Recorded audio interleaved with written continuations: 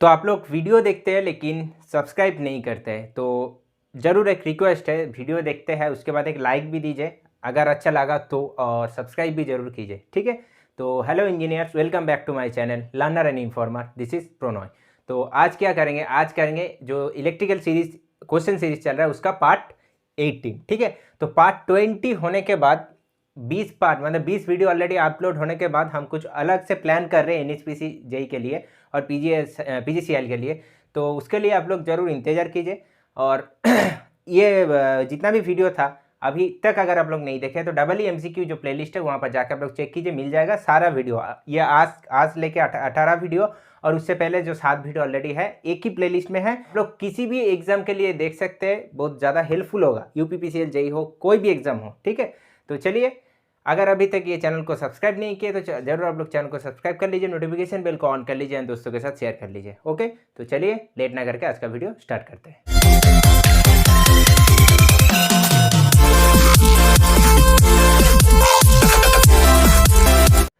तो ये कंटिन्यू जो मिक्स्ड क्वेश्चन सीरीज चल रहा है उसके बाद हम एक जो प्लान कर रहे हैं, हम बोले वो 20, जब पार्ट इसके बाद 19 आएगा, इसके बाद 20 आएगा, उसके बाद हम वो बोलेंगे क्या करेंगे नहीं करेंगे, ठीक है। तो वो भी आएगा बहुत जल्द, लेकिन और 2 वीडियो के लिए आप लोगों को इंतजार करना पड़ेगा। तब तक आप लोग देखिए, स्टडी कीजिए, ठीक है। तो चलिए पहला क्वेश्चन क्या है स्क्रीन में देख लीजिए। पहला ये delta 3 phase transformer bank will have A phase shift between the primary and secondary voltage of. एक डेल्टा 3 फेज ट्रांसफॉर्मर बैंक है, ठीक है। तो प्राइमरी एंड सेकेंडरी वोल्टेज के बीच में फेज शिफ्ट कितना होगा ये यहाँ पर पूछा है, ठीक है। तो देखिए यहाँ पर एक चीज़ डेल्टा और स्टार जो भी 3 फेज ट्रांसफॉर्मर बैंक होता है उसमें फेज शिफ्ट कितना होता है, 0 डिग्री और 180 डिग्री। याद रखिएगा आप लोग, जो डेल्टा और स्टार, ठीक है। तो इसका आंसर क्या होगा, यहाँ पर देखिए 0 डिग्री ऑप्शन में है तो ऑप्शन नंबर ए इसका आंसर होगा, 0 डिग्री। क्लियर। नेक्स्ट क्वेश्चन है ट्रांसफॉर्मर का एक न्यूमेरिकल क्वेश्चन। क्या है देखिए, ए 1:4 voltage step up transformer has 150 volt across the primary, मतलब प्राइमरी वोल्टेज दिया है 150 एंड टर्न रेशियो दिया है 1:4, मतलब N1 एंड N2 का जो रेशियो है 1:4 है, and 600 ohm across the secondary, मतलब R2 का वैल्यू यहाँ पर दिया है 600 ओहम अक्रॉस द सेकेंडरी, ठीक है। So assuming 100% efficiency the primary current equals to, यहाँ पर आप लोगों को निकालना क्या है, निकालना है I1, प्राइमरी करंट निकालना है, और क्या क्या वैल्यू दिया है वहां पर आप लोग देख लीजिए। निकालना है हमको I1, N1 एंड N2 का रेशियो यहाँ पर दिया है 1:4 या तो 1/4, कोई भी चीज आप लिख सकते हैं। R2 क्या है 600 ओहम, ठीक है, और आपका दिया है V1 यहाँ पर आपका दिया है 150 वोल्ट। तो ये हम लोग कैसे सॉल्व करेंगे, तो नॉर्मली हम लोग सॉल्व करते हैं ट्रांसफॉर्मेशन रेशियो, आई होप आप लोगों को पता है, जो K से भी डिनोट होता है या तो A से भी डिनोट होता है, तो कोई भी A या K से आप लोग डिनोट कर सकते हैं। तो K इक्वल्स टू क्या होता है, ट्रांसफॉर्मेशन जो रेशियो होता है V1/V2 equals to N1/N2 equals to, जब I होता है उसका उल्टा हो जाता है I2/I1, ठीक है। तो क्या हम बोले V1/V2 N1/N2 एंड I2/I1। एक चीज यहाँ पर और एक भी कर सकते हैं, 1/K अगर आप लोग निकाल भी सकते हैं, 1/K अगर करेंगे तो क्या होगा, यहाँ पर उल्टा हो जाएगा, सब खाली उल्टा हो जाएगा, V2/V1 N2/N1 एंड I1/I2, ठीक है। तो यहाँ पर हम लोगों को कैसे हम लोग ये सब निकालेंगे ये आप लोग देखिए, ठीक है। तो यहाँ पर निकालना क्या है, हम लोगों को निकालना है I1 का वैल्यू। तो I1 का वैल्यू अगर निकालेंगे तो एक साथ तो हम लोग सब कुछ का काम नहीं कर सकते तीनों का, या तो ये दोनों या तो ये दोनों। तो क्या क्या यहाँ पर गिवन डाटा है, क्या बैठा के हम लोग क्या मिलेगा वो आप लोगों को पहले जांच करना है, उसका बाद ये निकालना है। तो देखिए नॉर्मली क्या क्या है नॉर्मली यहाँ पर N1 एंड N2 का रेशियो है 1/4 और V1 यहाँ पर दिया है, तो ये दोनों को अगर लेंगे V1/V2 इक्वल्स टू N1/N2, तो यहाँ से हम लोगों को निकाल जाएगा V2। क्यों V2 निकाल रहे हैं, देखिए मतलब secondary voltage of A transformer क्यों निकाल रहे हैं। तो V1 का वैल्यू यहाँ पर कितना है 150, V2 तो V2 रहेगा, उसको निकालना है, N1/N2 है 4, तो यहाँ पर V2 का वैल्यू कितना होगा 600 वोल्ट, ठीक है। क्लियर, 600 वोल्ट यहाँ पर निकल गया। और हम लोगों को यहाँ पर क्या बोला है, primary current of A transformer निकालने के लिए बोला है। तो प्राइमरी करंट मतलब I1, तो I1 अगर निकालना है तो ये जो N1 upon N2 equals to I2 upon I1, ये सेटिस्फेक्शन करेंगे तो यहाँ से हम लोगों को क्या निकल जाएगा, I1 निकल जाएगा। लेकिन I1 निकालने के लिए हम लोगों को I2 भी ज़रूरत है, तो I2 कैसे निकालेंगे, I2 कैसे निकालेंगे, normally V2 equals to I2 into R2। पूछेंगे आप लोग R2 का कहाँ से मिलेगा, R2 का तो वैल्यू गिवन है 600 ओम, और V2 इसलिए हम निकाले, देखिए इसलिए V2 निकाले क्योंकि हमको निकालना है I2 का वैल्यू।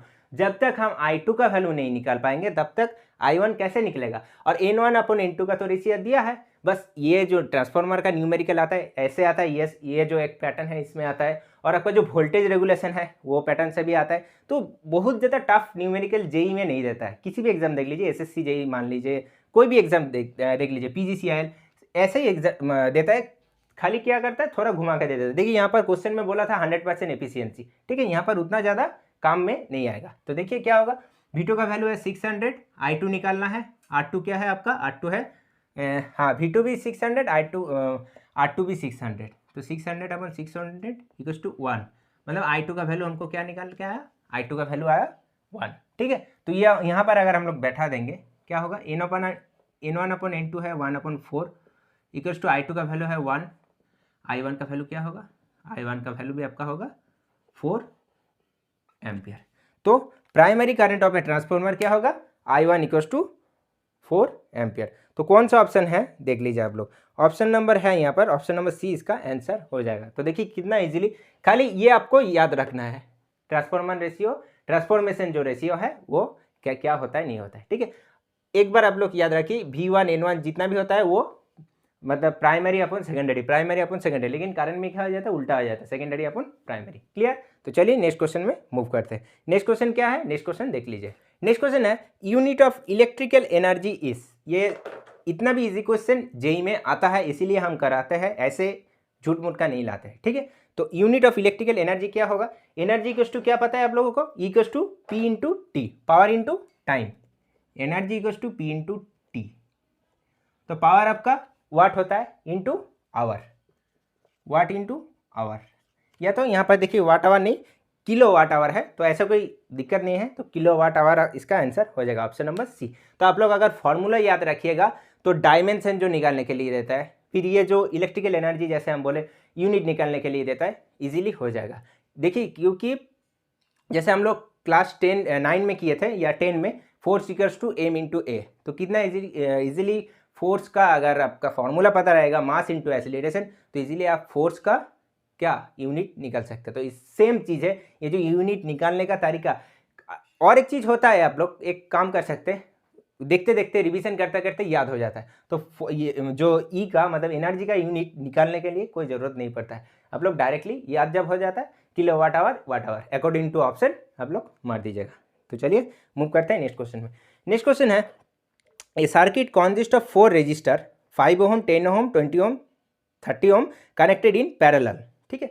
क्या बोला, यहाँ पर एक सर्किट है, वो 4 रेजिस्टेंस है, वो कनेक्टेड है किसमें, पैरेलल में, ठीक है। So and supplied by A DC source of 100 volt, और सप्लाई किससे कर रहे हैं, 100 वोल्ट डीसी सप्लाई, ठीक है। तो नेक्स्ट क्या है, what resistor among the 4 in the given circuit has the least value of current, कौन सा रेजिस्टर का यहाँ पर मतलब कौन सा रेजिस्टेंस के अंदर से सबसे कम करंट जाएगा। तो ये तो अगर डायरेक्टली आप लोग बोले, डायरेक्टली किस में कम रेजिस्टेंस जाएगा, किसने कौन सा रेजिस्टेंस में कम करंट जाएगा, जिसमें रेजिस्टेंस ज़्यादा रहेगा। तो आंसर क्या होगा, सबसे ज़्यादा रेजिस्टेंस किसका है, 30 ओम, तो ऑप्शन नंबर ए इसका आंसर हो जाएगा, ठीक है। अगर आप लोग लॉजिकली देखेंगे, वो भी लॉजिक था, लेकिन देखिए ये क्या बोला है, 4 रेजिस्टेंस है आपका पैरेलल में, ठीक है,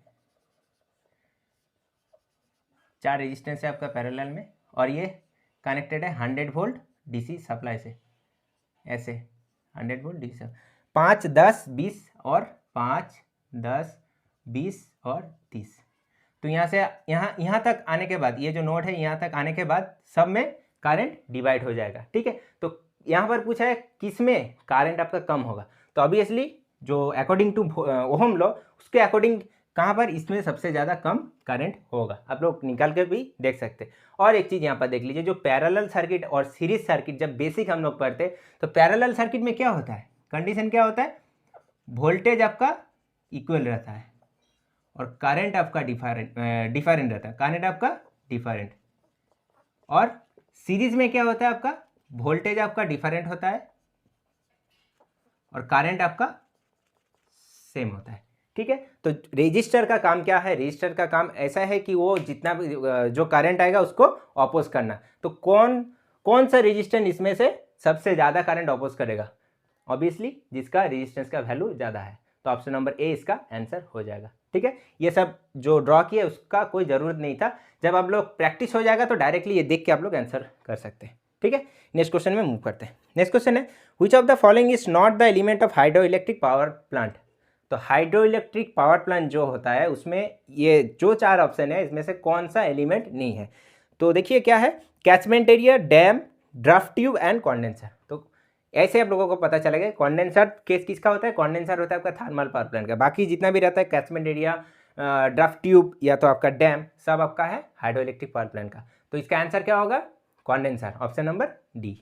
ठीक है, नेक्स्ट क्वेश्चन देखिए। नेक्स्ट क्वेश्चन है, what are the terminal in a single phase 3 pin plug. जो 3 पिन प्लग होता है सिंगल फेस 3 पिन प्लग में क्या होता है, सिंगल फेस जो 3 पिन प्लग रहता है, ऐसे अगर साइड व्यू देखेंगे प्लग का, एक प्लग लेके हम ऐसे साइड व्यू, ऐसे नहीं, ठीक है, फ्रंट व्यू नहीं, साइड व्यू अगर देखेंगे तो क्या होता है, प्लग में जो पहला जो पिन रहता है वो बड़ा रहता है और दूसरा भी छोटा और तीसरा सेम रहता है। ठीक है, तीसरा भी छोटा। ठीक है, ये तो 2D है, ये तो 3D यहाँ पर ड्रॉ नहीं कर सकेंगे। तो 2D में देखिए नीचे जो पिन रहता है सेम रहता है और जो उससे ऊपर वाला जो रहता है वो थोड़ा ज़्यादा बड़ा रहता है। तो यहाँ पर पूछा है जो 3 टर्मिनल है वो क्या क्या होता है। तो ये 3 टर्मिनल आप लोगों को पता है, एक चीज़ होता है आपका फेज, ठीक है, जिसको कहा जाता है लाइव, और एक चीज़ होता है आपका क्या, न्यूट्रल, और जो बड़ा वाला रहता है वो क्या होता है, वो होता है आपका अर्थिंग या ग्राउंड। ठीक है, तो फेज, राइट साइड फेज ऐसा रहता है। अगर राइट साइड में, मेरा राइट साइड ये हो गया फेज, ये हो गया आपका न्यूट्रल, और ऊपर वाला जो लंबा रहता है वो क्या होता है, वो होता है आपका अर्थिंग। जो फेज है, फेज वायर का कलर होता है क्या, रेड, न्यूट्रल का होता है ब्लैक, एंड अर्थिंग का क्या होता है, ग्रीन। या तो फेज का कभी कभी आप लोग देखेंगे ब्राउन, और जो न्यूट्रल रहता है वो भी देखेंगे आप लोग ब्लू, एंड जो अर्थिंग रहता है वो रहता है आपका येलो। क्लियर। तो चलिए नेक्स्ट क्वेश्चन देख लेते हैं। नेक्स्ट क्वेश्चन है, which of the following is a valid disadvantage of sulphur hexafluoride circuit breaker. Sulphur hexafluoride circuit breaker means SF6। SF6 circuit breaker का क्या सबसे बड़ा डिसएडवांटेज क्या है, high maintenance, operation is noisy, arc gas is poisonous, and gas is flammable. ठीक है, ये जो 4 ऑप्शन है, सबसे ज़्यादा सेटिस्फेक्शन यहाँ पर हो रहा है, ये जो गैस है सल्फर हेक्साफ्लूराइड, ये जो गैस है ये सबसे ज़्यादा पॉइजनियस होता है। ठीक है, तो ऑप्शन नंबर सी यहाँ पर आंसर हो जाएगा यहाँ पर। इसीलिए इसको मेंटेन भी बहुत अच्छा से करना पड़ता है। ये जो हेक्साफ्लूराइड गैस है ये तो केमिकल ऑब्वियसली है, तो इसमें किसी भी इंसान का बहुत कुछ दिक्कत हो सकता है, इसीलिए ये अच्छे से मेंटेन किया जाता है। ठीक है, तो चलिए नेक्स्ट क्वेश्चन देख लेते हैं। नेक्स्ट क्वेश्चन एक सर्किट का है, क्वेश्चन क्या है देख लीजिए। तो क्वेश्चन क्या है देखिए, find the value of Vx in the following circuit. जो सर्किट है इसमें Vx का वैल्यू आप लोगों को फाइंड करना है। तो Vx का वैल्यू हम लोग कैसे फाइंड करेंगे, देखिए यहाँ पर आप लोग एक चीज़ देखिए, ये जो 2 सोर्स दिया है, ये सोर्स सेम सोर्स है कि नहीं है, दोनों सोर्स आपका सेम सोर्स नहीं है। क्योंकि देखिए ये जो पहला सोर्स है, ये सोर्स है आपका इंडिपेंडेंट सोर्स, एंड ये जो सोर्स है ये आपका है डिपेंडेंट सोर्स। ठीक है, तो डिपेंडेंट सोर्स देखिए नॉर्मली हम जब जितना भी थ्योरम थेवेनिन होता है, फिर नॉर्टन, सुपरपोजिशन, सब थ्योरम में क्या आपका जो डिपेंडेंट सोर्स होता है वो डीएक्टिवेट नहीं होता है। लेकिन जब आपका independent like current source end voltage source, ये जितना भी सोर्स हो जाता है, ये सोर्स आपका क्या होगा, डीएक्टिवेट होता है। Voltage source as a short circuit and current source as a open circuit. लेकिन ये जो सर्किट है, पूरा सर्किट ही मेरा सीरीज सर्किट है, तो इसमें क्या हम लोगों को कुछ शॉर्ट ये सब करना जरूरत नहीं है। और शॉर्ट हम कब करते हैं, जब रेजिस्टेंस निकालने के लिए बोलता है, लेकिन यहाँ पर वोल्टेज निकालने के लिए बोला है, तो शॉर्ट करने का कोई ज़रूरत नहीं है। यहाँ पर हम लोग क्या यूज़ करेंगे, डायरेक्टली KVL, और KVL यहाँ पर इसमें यूज़ कर देंगे तो इजीली फाइंड हो जाएगा। और क्या करंट जा रहा है यहाँ पर, मान लीजिए I करंट फ्लो हो रहा है, तो इसमें ये जो लूप है इसमें हम लोग KVL यूज़ करेंगे। तो KVL अगर यूज़ करेंगे तो क्या होगा, देखिए हम क्या बोले थे, KVL कैसे यूज़ कर सकते हैं, या तो यहाँ से करंट घुस रहा है या तो आप लोग निकाल रहे हो, कोई भी एक मान लीजिए। तो अगर निकाल रहा हम मान लिए तो क्या होगा, +35 -10I, क्योंकि V/IR होता है, तो -10I। यहाँ पर क्या होगा, देखिए एक चीज़ यहाँ पर हम बता दे रहे, Vx = 10 × I होगा। क्यों होगा वहाँ बता दे रहे, या तो हम एक चीज़ यहाँ पर कर दे रहे, नहीं डायरेक्टली कर दे रहे तो कोई दिक्कत नहीं है। तो 10I फिर क्या होगा, कहाँ से निकाल रहा है, माइनस से, तो -2 into V X -5 into I equals to 0। ये आपका एक इक्वेशन हो गया, एक यहाँ ये आपका एक इक्वेशन हो गया, ठीक है। तो आप लोगों को निकालना क्या है, वी एक्स निकालना है। लेकिन ये जो इक्वेशन यहाँ पर हम जो बनाए इक्वेशन, इसमें देखिए दोनों अननोन टर्म है, वी एक्स भी है एंड आई भी है। तो कैसे हम लोग निकालेंगे यहाँ से वी एक्स, तो यहाँ पर एक चीज़ यहाँ पर देख लीजिए, वी एक्स इक्वल्स टू क्या हो सकता है यहाँ पर, और एक इक्वेशन यहाँ पर हो सकता है, V X equals to 10 into I. मतलब ये जो रेजिस्टेंस है इसके अक्रॉस वोल्टेज ड्रॉप कितना होगा, 10 आई इंटू आर। तो आई मेरा कितना है, आई तो हम आई पकड़ लिए, और आर कितना है 10, तो 10 इंटू आई, ये भी एक इक्वेशन हो गया। तब हम लोग जब मेरा वी एक्स इक्वल्स टू 10 आई यहाँ पर आ गया, तो ये जो 10 आई यहाँ पर हम ऑब्वियसली बैठा सकते हैं, और यहाँ पर जो किए ना वो भी सेम किया। आप लोग ऐसे भी कर सकते हैं, रुकिए हम दिखा देते हैं एक चीज़।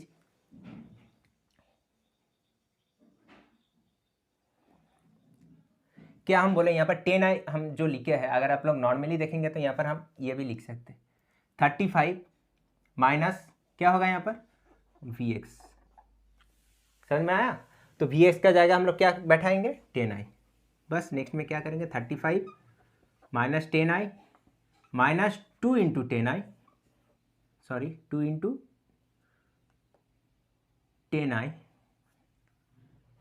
2 into 10 I minus 5 I equals to 0। तो क्या होगा यहाँ पर 35 minus 10 I minus 20 I minus 5 I equals to 0। तो 35 क्या होगा minus 30 minus 35 I equals to 0। तो minus 35 I equals to minus 35, I का वैल्यू मेरा निकल गया, खत्म, माइनस भी खत्म, तो आई का वैल्यू मेरा निकल गया 1 एम्पियर। तो जब मेरा आई का वैल्यू निकल गया तो इसमें हम बैठा देंगे आई का वैल्यू, तो मेरा वी एक्स निकल जाएगा। तो आई मेरा क्या है 1, तो 10 into 1 equals to 10 volt. So what is the answer, answer is 10 volt. Clear. तो वी एक्स का वैल्यू कैसे निकालता है देखिए, कितना इजीली होता है, खाली प्रैक्टिस रखिए बस, उस और कुछ डिफिकल्ट नहीं। लेकिन सर्किट में पहले जब करेंगे तब आपका थोड़ा डिफिकल्ट लगता है, वो तो सबका ही लगता है, ठीक है। तो ऑप्शन नंबर बी इसका आंसर हो जाएगा। तो चलिए नेक्स्ट क्वेश्चन मूव करते हैं। नेक्स्ट क्वेश्चन क्या है, नेक्स्ट क्वेश्चन है which statement out of the following statement about corona is incorrect. तो इसमें से ये क्वेश्चन आप लोग वेरी इंपॉर्टेंट करके स्टार मार्क कर लीजिए, क्योंकि क्वेश्चन क्या है देखिए, क्वेश्चन कैसा है, which statement out of the following statement about corona is incorrect. मतलब ये जो 4 ऑप्शन है इसमें से कोरोना का रिलेटेड कौन सा ऑप्शन गलत है, सही नहीं है पूछा है, यहाँ पर पूछा है गलत है। कोरोना मीन्स जो इलेक्ट्रिकल में कोरोना होता है। एक्चुअली कोरोना क्या होता है वो हम बताते, पहले थोड़ा ब्रीफली डिस्क्राइब कर देते हैं, उसके बाद हम लोग यहाँ पर आंसर चेक करेंगे। तो देखिए कोरोना क्या होता है, कोरोना एक्चुअली होता है self electrical discharge of atmospheric air. तो एटमॉस्फेरिक जो एयर है उसका सेल्फ इलेक्ट्रिकल डिस्चार्ज को कहा जाता है कोरोना। तो एक्चुअली कोरोना में क्या होता है, पहले ट्रांसमिशन लाइन उतना ज़्यादा नहीं, छोटा करके ड्रॉ कर लेते हैं, उसके बाद समझा देते हैं, ईजी हो जाएगा, ठीक है। जैसे 3 फेज जाता है आर वाई एंड बी, तो ये आर, ये वाई, ये बी चल गया, और उसका ऊपर तो रहता है आपका जो ग्राउंड वायर, ठीक है, ऊपर में ही रहता है आर वाई एंड बी, ठीक है। ये जा रहा है आपका ट्रांसमिशन लाइन। तो कोरोना में एक्चुअली क्या होता है, कोरोना में जो ट्रांसमिशन लाइन का क्या होता है ऑपरेटिंग वोल्टेज, जो ट्रांसमिशन लाइन का ऑपरेटिंग वोल्टेज जब आपका एयर रहता है, देखिए ये एक कंडक्टर जा रहा है, ये भी एक कंडक्टर जा रहा है, तो इसके बीच में क्या है ओपन, मतलब खाली है, मतलब क्या है एयर है, इसके बीच में एयर है, इसके बीच में भी एयर है। ये जो हम ऐसे अगर खड़ा है तो ये जो मेरा जितना भी साइड में है, जितना भी एनवायरनमेंट सब में क्या है एयर है। तो यहाँ पर भी सेम केस होता है, जब आपका ट्रांसमिशन लाइन का क्या ऑपरेटिंग वोल्टेज जो एयर का डाइलेक्ट्रिक स्ट्रेंथ से ज़्यादा हो जाता है, ऑपरेटिंग वोल्टेज जो ट्रांसमिशन लाइन का ऑपरेटिंग वोल्टेज जब आपका डाइलेक्ट्रिक स्ट्रेंथ ऑफ एयर, मतलब एयर का जब डाइलेक्ट्रिक स्ट्रेंथ से ज़्यादा हो जाता है, एयर का डाइलेक्ट्रिक स्ट्रेंथ कितना है 30 किलो वोल्ट पर सेंटीमीटर, कहीं किलो वोल्ट पर सेंटीमीटर, कहीं पर आप लोग 21 किलो वोल्ट भी देखेंगे ऑप्शन में रहता है पर सेंटीमीटर, ठीक है। तो जब आपका एयर का डाइलेक्ट्रिक स्ट्रेंथ से ज़्यादा हो जाता है ट्रांसमिशन लाइन का ऑपरेटिंग वोल्टेज, तब क्या होता है यहाँ पर जितना भी एयर है, एयर मॉलिक्यूल है, ये एयर मॉलिक्यूल यहाँ पर भी हो सकता है, कहीं पर भी हो सकता है। तो एयर मॉलिक्यूल क्या हो जाता है, आयोनाइज्ड हो जाता है। जब आयोनाइज्ड हो जाता है तब क्या होता है, आयोनाइज्ड होने के बाद ये जो मानिए आर एंड वाई है, ये दो कंडक्टर के बीच एक पाथ फॉर्म हो जाता है। कैसे भी करके पाथ फॉर्म हो सकता है, ठीक है। क्या बोले हम, जो ट्रांसमिशन लाइन का ऑपरेटिंग वोल्टेज है, जब डाइलेक्ट्रिक स्ट्रेंथ ऑफ एयर से ज़्यादा हो जाता है ऑपरेटिंग वोल्टेज, तब एक यहाँ पर जितना भी एयर मॉलिक्यूल रहता है ये आयोनाइज्ड हो जाता है और दोनों कंडक्टर के बीच एक पाथ, एक मतलब रास्ता फॉर्म हो जाता है। तब क्या होता है, कोरोना आपका इनिशिएट होता है। तो कोरोना उसमें क्या होता है, O3 ओजोन रिलीज होता है और उसके साथ हिसिंग साउंड भी होता है। और ये जो हिसिंग साउंड होता है उसके साथ कलर क्या फॉर्म होता है, कलर होता है आपका वायोलेट और ब्लू कलर आपका होता है, ठीक है। तो वायोलेट और ब्लू कलर का एक हिसिंग साउंड भी प्रोड्यूस होता है और उसके साथ कलर भी प्रोड्यूस होता है। तो क्या होता है इसमें आप लोग देख लिए अच्छे से, ठीक है। और यहाँ पर एक चीज़ होता है, ये तो और डिसएडवांटेज इसके साथ साथ क्या है, कोरोना का पावर लॉस बहुत ज़्यादा होता है जब आपका कोरोना ओकर होता है। और उसके साथ क्या होता है, जो चार्जिंग करंट इंक्रीज हो जाता है और जो रेडियो इंटरफेरेंस वो भी इंक्रीज हो जाता है। तो रेडियो इंटरफेरेंस को रिड्यूस करने के लिए पता है ट्रांसपोजिशन करता है, ऐसे करके ट्रांसपोजिशन कर देता है, ठीक है। आप लोगों को आई होप पता है कि ट्रांसपोजिशन कैसे करता है, ऐसे करके यहाँ पर फिर यहाँ ऐसे करके ट्रांसपोजिशन कर देता है, ठीक है। ऐसे होता है, ठीक है। नॉर्मली ऐसे एक रफ डायग्राम हम कर दिए। आर वाई बी, अगर यहाँ से आर वाई बी यहाँ पर स्टार्ट होगा तो यहाँ पर यह आर हो जाएगा और वाई आपका ये हो जाएगा और बी आपका वाई नहीं ये होगा, ये आपका वाई हो गया और ये आपका बी हो गया। तो ऐसे चेंज होता रहता है क्योंकि रेडियो इंटरफेरेंस को रिड्यूस करने के लिए, ठीक है। और यहाँ पर इसका कोरोना होने का भी एक एडवांटेज क्या है, ये तो हम जितना भी बोले सब डिसएडवांटेज बोले। एडवांटेज ये है, जो लाइटनिंग चार्ज होता है, लाइटनिंग चार्ज का क्या हो जाता है, इंटेंसिटी बहुत कम कर देता है अगर कोरोना होता है, ठीक है। तो क्लियर हो गया। तो यहाँ पर चलिए आप ऑप्शन देखते क्या है। ऑप्शन है corona gives rise to radio interference. हाँ, तो हम बोले रेडियो इंटरफेरेंस ज़्यादा कर देता है, ये तो सही है, ठीक है। दूसरा क्या है, यहाँ पर बोला क्या है, गलत निकालने के लिए, तो सही हम लोगों को अभी हम ढूंढ रहे हैं। Corona result in loss of power in transmission, तो पावर ट्रांसमिशन लाइन में पावर लॉस बहुत ज़्यादा होता है, ये भी सही है। तीसरा क्या है, corona discharge can be observe as red luminescence, हम बोले रेड, यहाँ पर हम बोले क्या, वायलेट और ब्लू, तो ये आपका गलत हो गया। और चौथा क्या है, corona is always accompanied by hissing voice, हाँ, तो हम बोले हिसिंग एक साउंड भी प्रोड्यूस होता है। तो क्लियर पूरा कॉन्सेप्ट कोरोना का, ठीक है। तो अभी तक अगर अच्छा लग रहा है तो जरूर एक लाइक दे दीजिए, कहीं पर दिक्कत हो रहा है तो कमेंट बॉक्स में कमेंट कीजिए। नेक्स्ट क्वेश्चन देख लीजिए। नेक्स्ट है the coefficient of coupling of two coil is proportional to, तो कोफिशिएंट ऑफ कपलिंग दोनों कॉइल का क्या होता है, ये एक किसका साथ प्रोपोर्शनल होता है, तो ये एक फॉर्मूला होता है, M equals to mutual coupling equals to K into root over of L1 into L2, ये आपका फॉर्मूला होता है। तो क्या बोला यहाँ पर, the coefficient of coupling of two coil is proportional to, तो ये है आपका कोएफिशिएंट ऑफ कपलिंग, तो किसके साथ ये प्रोपोर्शनल होगा, M upon root over of L1 into L2, तो K is inversely proportional to 1 upon root over of L1 into L2। Option number D इसका आंसर हो जाएगा। Next question, digital instrument have input impedance of the order of, जो digital instrument रहता है उसका input impedance किसके order में होता है, ये होता है मेगा ओम के ऑर्डर में। ऑप्शन नंबर सी इसका आंसर हो जाएगा। नेक्स्ट क्वेश्चन देखिए, minimum size of cable for lighting circuit is dash square millimetre, तो लाइटिंग सर्किट के लिए मिनिमम साइज ऑफ केबल कितना होना चाहिए, 1.5 स्क्वायर मिलीमीटर, 1.5 स्क्वायर मिलीमीटर इसका आंसर होगा ऑप्शन नंबर ए, ठीक है, ये आप लोग याद रख सकते हैं। नेक्स्ट क्वेश्चन देखिए, and in case of transformer Buchholz relay is use to protect from, जो ट्रांसफॉर्मर का बुकोल्स रिले हम लोग यूज़ करते हैं, किस लिए यूज़ करते हैं, ऑब्वियसली यूज़ करते हैं जो ट्रांसफॉर्मर का इंटरनल फॉल्ट को डिटेक्ट करने के लिए बुकोल्स रिले यूज़ किया जाता है, ठीक है। तो यहाँ पर ऑप्शन क्या होगा, ऑप्शन नंबर सी इंसिपिएंट फॉल्ट, तो इंसिपिएंट फॉल्ट भी जो ट्रांसफॉर्मर का इंटरनल फॉल्ट होता है उसी का एक फॉल्ट है, तो ऑप्शन नंबर सी इसका आंसर हो जाएगा, ठीक है। नेक्स्ट क्वेश्चन में मूव करते हैं। नेक्स्ट क्वेश्चन है the flash point of transformer oil should be higher then, जो ट्रांसफॉर्मर ऑयल का फ्लैश पॉइंट किससे ज़्यादा होना चाहिए, ठीक है, तो यह होगा आपका 104 degree Celsius, option number D इसका आंसर होगा।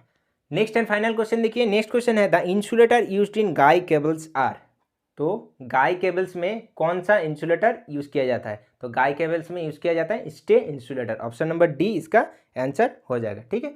तो ये था आज का क्वेश्चन जितना भी क्वेश्चन हुआ कैसे लगा नहीं लगा तो ज़रूर आप लोग कमेंट बॉक्स में कमेंट कीजिएगा। आई होप कुछ कॉन्सेप्ट भी सीखने को मिला है आप लोगों को। अगर मिला है तो ज़रूर आप लोग लाइक दीजिएगा और ये चैनल को सब्सक्राइब कर लीजिए, नोटिफिकेशन बेल को ऑन कर लीजिए एंड दोस्तों के साथ शेयर कर दीजिए और लाइक तो ज़रूर दीजिएगा, ठीक है। और हम क्या बोले, पार्ट 19 एंड पार्ट 20 दोनों वीडियो के बाद कुछ हम अलग से ट्राई करेंगे, ठीक है। क्या करेंगे वो हम दोनों वीडियो के बाद ही बताएंगे, तो इसीलिए आप लोग ज़रूर इंतज़ार कीजिए और इसके बाद ये जो 2 पार्ट आएगा वो देखिए, उसके बाद हम बता देंगे, ठीक है। और मेरा एक जो नेक्स्ट चैनल है लर्न विथ प्रणोय 2_O, क्या हम बोले लर्न विथ प्रणोय, 1 मिनट तो खोल गया पूरा, ठीक है। लर्न विथ प्रणोय 2_O,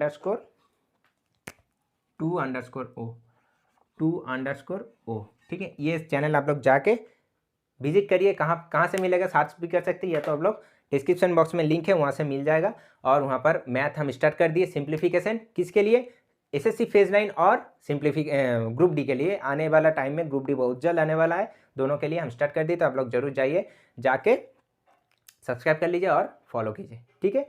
तो चलिए मिलते हैं अगले वीडियो में। आज तक के लिए इतना ही। Thank you and good bye.